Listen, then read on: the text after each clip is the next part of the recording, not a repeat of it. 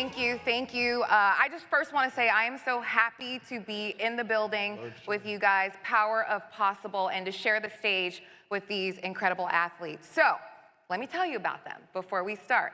Matt Scott is a 5-time wheelchair basketball Paralympian and a 2-time gold medalist going back-to-back at the 2016 and 2020 Paralympic Games. His 12-year professional career also spans multiple leagues across Europe.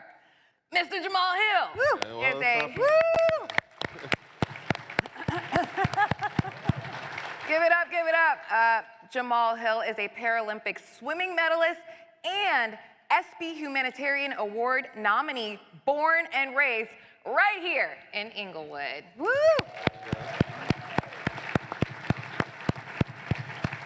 And Ms. Candace Cable. Candace is a 9-time Paralympic athlete in 3 sports with 12 medals and is a highly decorated national champion in cross country, skiing, and track. And by the way, she's also the winner of 84 marathons.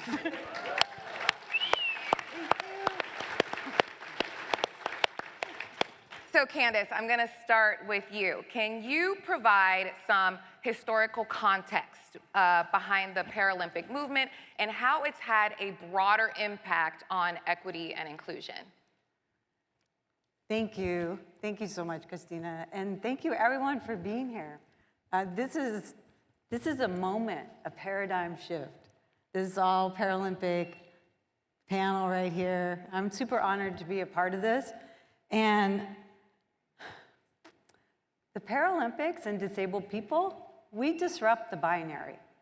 And we do it in a really big way because we create change and we ask you to create change.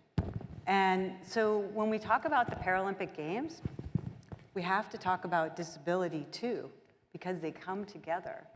And that is the biggest part of this whole opportunity that we have with the Paralympic Games coming to Los Angeles in 2028. Did you know that? Did you know the Paralympic Games are coming?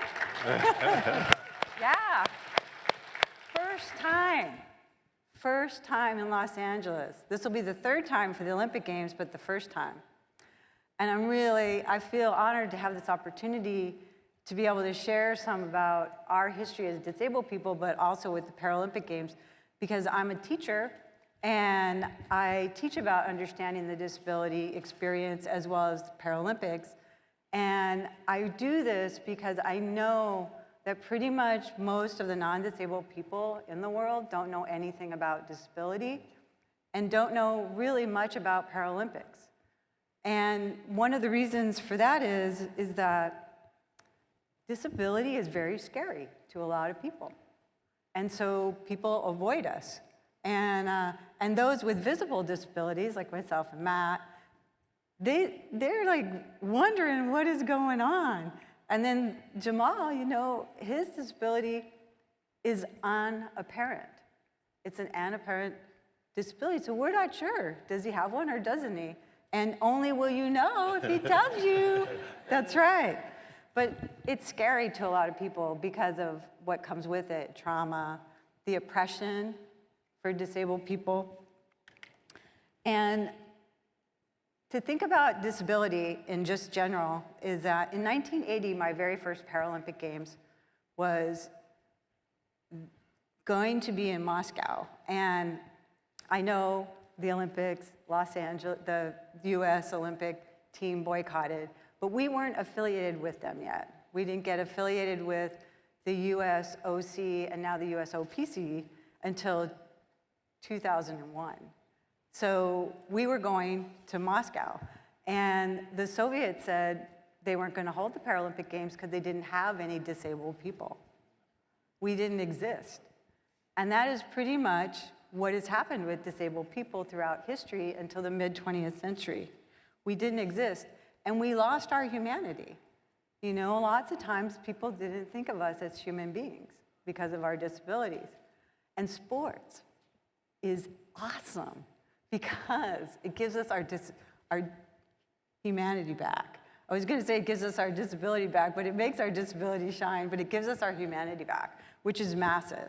And in doing that, it creates this opportunity for compassion, but also empathy, and then how do we create inclusion? So I'm gonna do a little bit about language, and then a little bit about disability history, and then Paralympic history, because we're not learning about it in school, and we really should, because we want to make sure there's inclusion for everyone. It really is what we hear today about play equity. And we want to see we want to see everybody participating. So we often use non-disabled or disabled, because really the truth is that we're all going to experience disability. Should we be gifted to live long enough? It's going to happen. You're going to be a part of the club. And we welcome you. It's a good place to be. We're good people.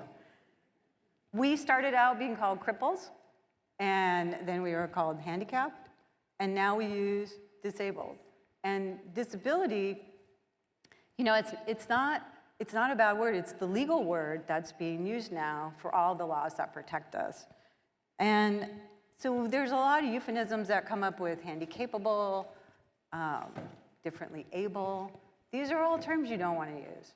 You really want to use disability, because that's the thing that will get us into that space where we're working all together. So the Americans with Disabilities Act, has everybody heard about that? It's a law that came into fruition in 1990. So that was our first Civil Rights Act. We weren't a part of the 1960 Civil Rights Act. We didn't have human rights until 2008, when the first human rights document wrote about people with disabilities, the Convention on the Rights for Persons with Disabilities.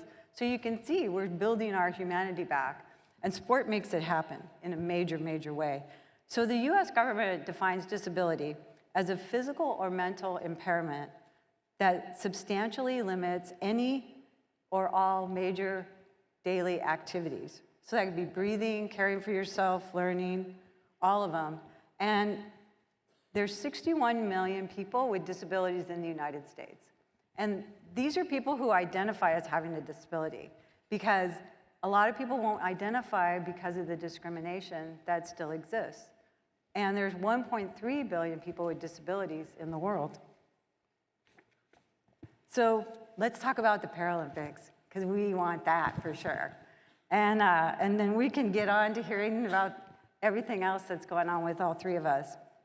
So sport, Deaf Olympics, 1949, Special Olympics, 1946, Paralympics, 1948.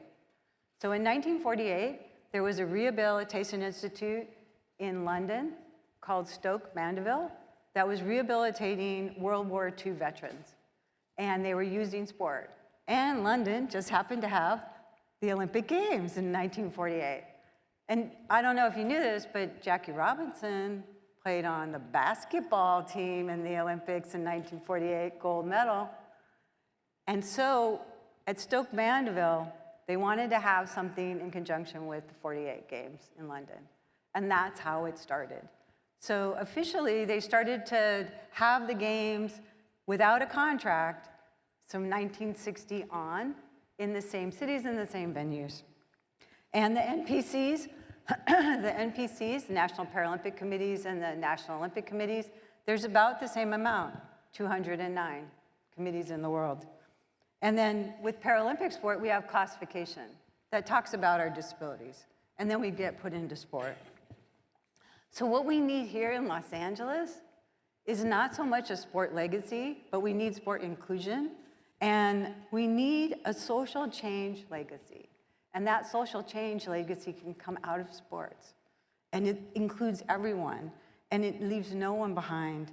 And honestly, the best way we can make that happen is engage with disabled people and bring everyone forward together.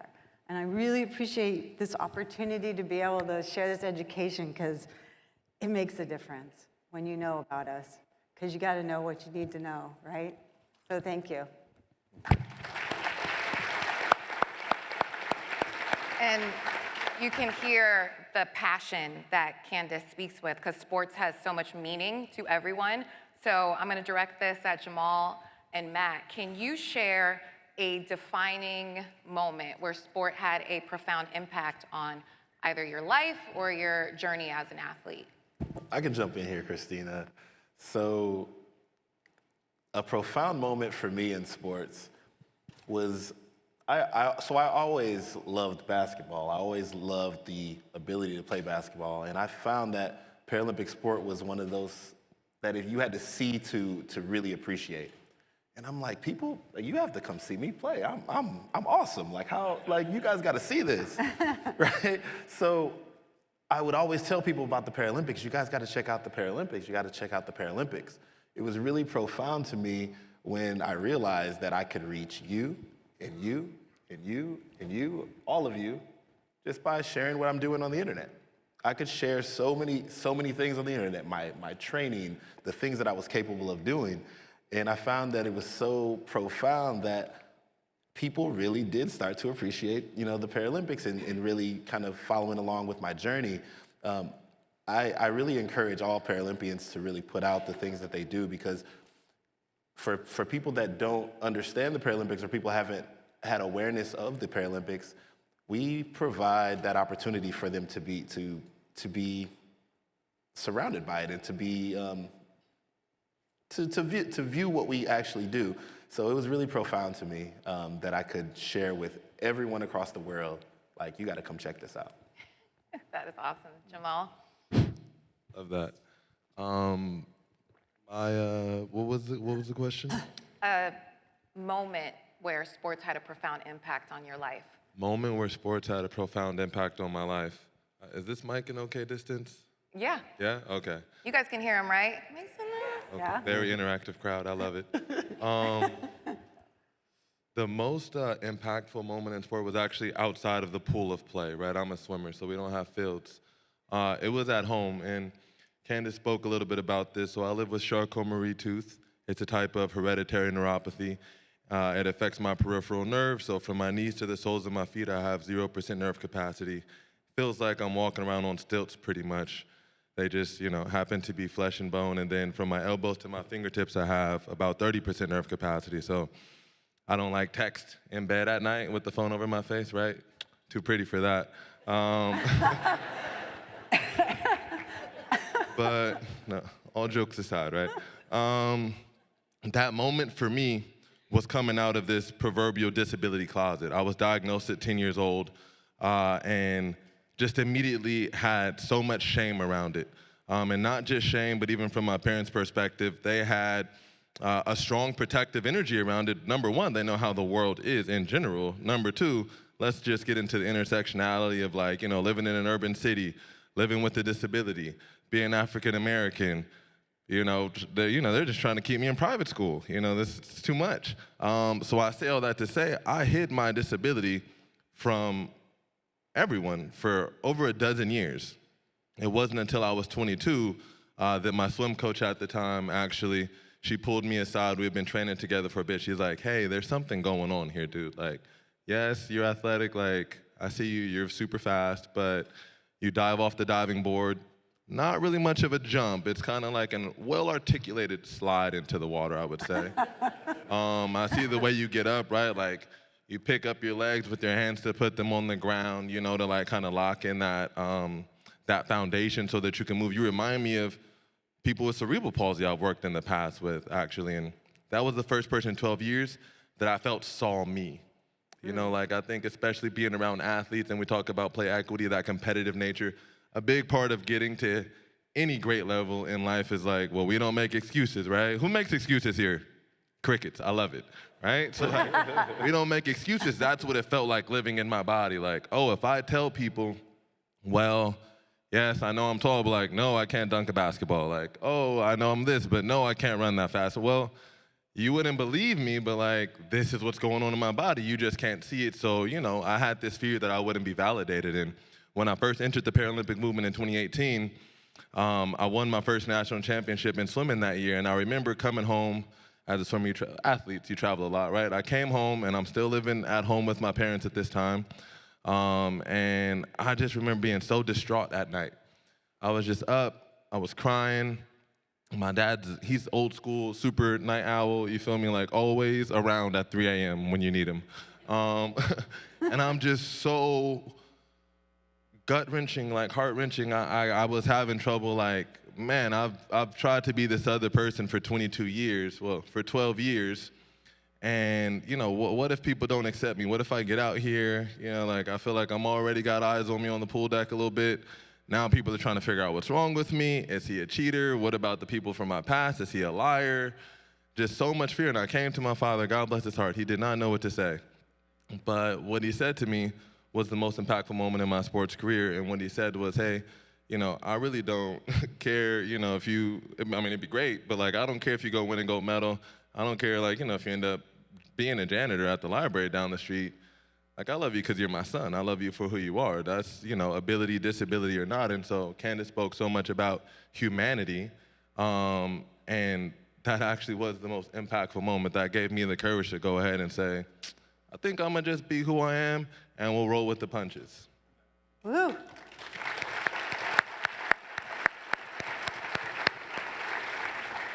All of you have so much reach because of who you are and what you do.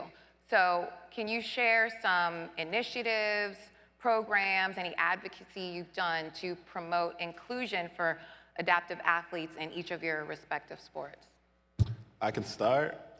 Well, first of all, advocacy has been the name of the game for me for a very long time. As a person that was born with a disability, I just always, as a kid, I wanted to be, just strive for acceptance. And after that, it was like, no, I want to be represented, and I want to represent at the highest level. So advocacy has always been big for me. There's programs here in the state of California, and actually here in the city. It's called the Angel City Sports. Yeah, absolutely. Let's give them some love. Yep. Through working with them, I've had the opportunity to be a role model for the next generation, be a part of programming to help people that want to get involved in adaptive sports and really take this to the next level. I also started my own nonprofit organization called Fly Without Limits. Fly Without Limits is a global social impact organization with a similar mission of empowering people with physical disabilities, and I do advocacy through that. And then just a number of events like this where we're able to speak to a big crowd of people and just share the message of not only Paralympic excellence, but also just the way that we're able to move societal perception through adaptive sports. That's cool. I know, Matt, you are so busy. I mean, yeah, and did you mention the 3-on-3 basketball? Oh yeah, absolutely. That's gonna be happening out there in LA? May 11th and 12th, we'll be hosting a 3-on-3 wheelchair basketball tournament through Fly Without Limits here in LA. Okay. Yeah. So it will be at the Venice Beach court. So if anybody's in town, just come on. We're trying to bring a little bit of a street ball vibe to wheelchair basketball. It's going to be super fun. I'm going. Yeah, I'm gonna bring my. I noticed everybody's rocking like their best sneakers here. Bring your best sneakers there too. Yeah, it's gonna be a great time, and I'm just trying to find ways to not only affect the adaptive sports community, but also bridge the gap between the adaptive sports community and the sports community. Just make sure that everybody is included and everybody feels like we're all in this together. It's not adaptive sports and people with disabilities and people with people that are able-bodied. It's like we're athletes. We use sport for encouragement. We use sport for power, and it's so much power through that equity. And I just want to be one of those people that is part of the solution. Candace, are there any? Yeah, so I want to give you a couple of things that you can go check out too. Is on Netflix, there's a couple films. One's called Rising Phoenix, and the other one's called CRIP, C-R-I-P, Camp.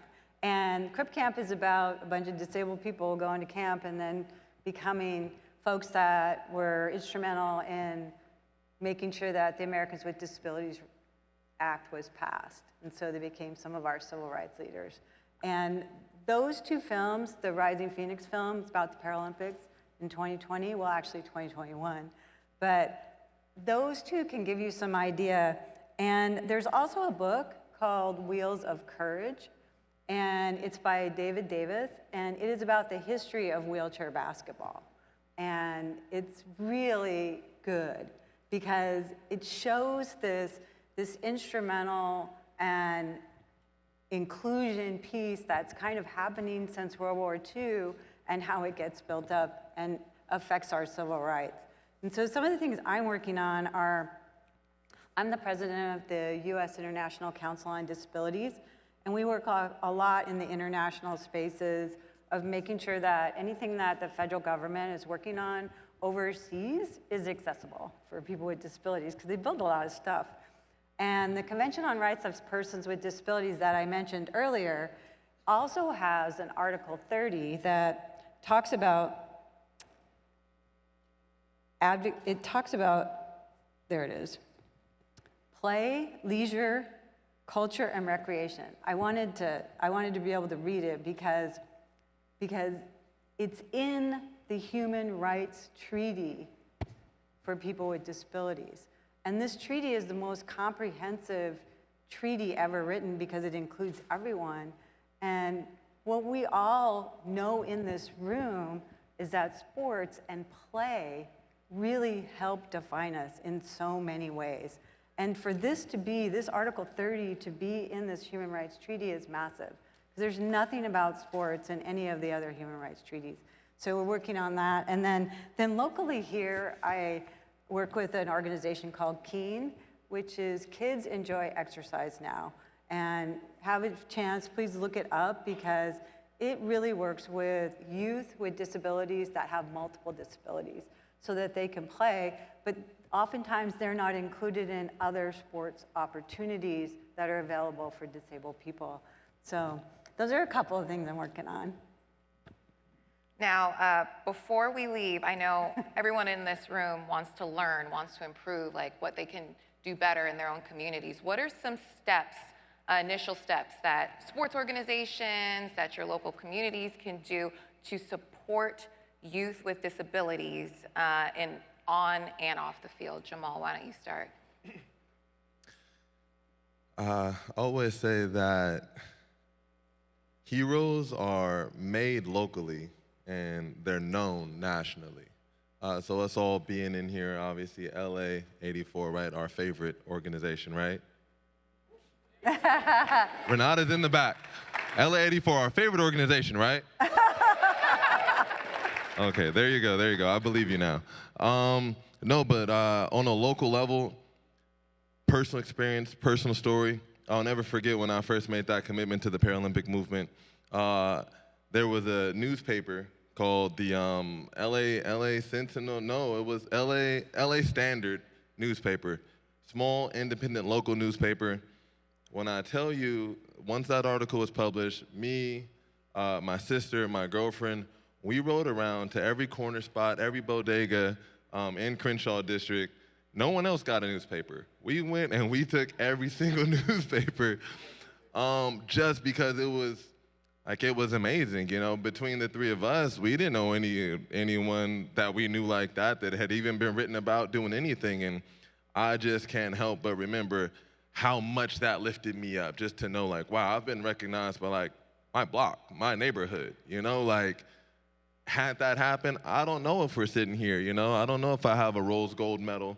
That's bronze, I call it rose gold. I don't know if I have a rose gold medal from Tokyo, or if I have this opportunity to go around right here, just like Mac, and represent our country in Paris in the coming months. So that's my call to action. It's just, you know, a lot of times people feel like I may be too small to make a difference, but if you've ever planted a seed, you know how important those small elements are. So you are so crucial, and I just want to thank everyone who's just holding it down in seemingly the most insignificant ways. Like, it really is the foundation of monumental things.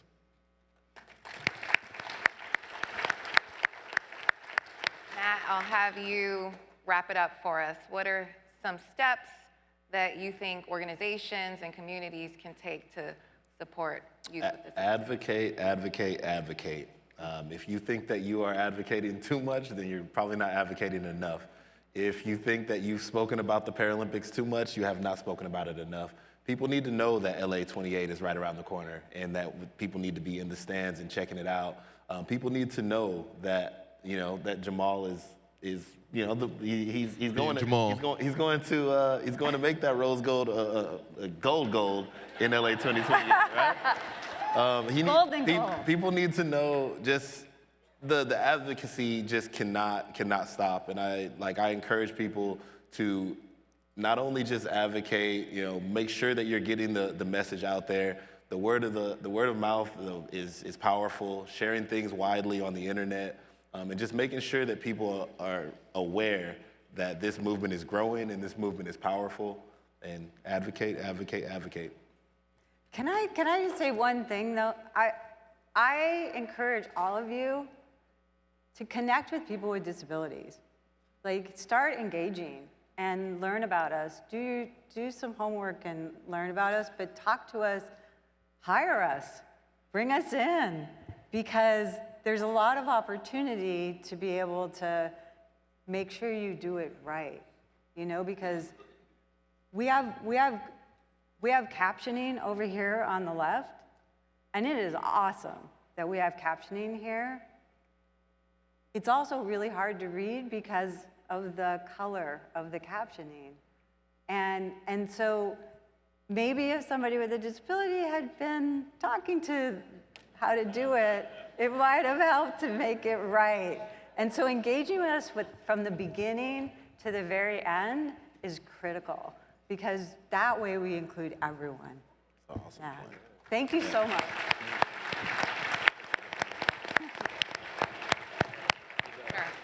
Engage, advocate, do not let it stop in this room. The power of possible. Give it up, please. Woo. Yeah, right?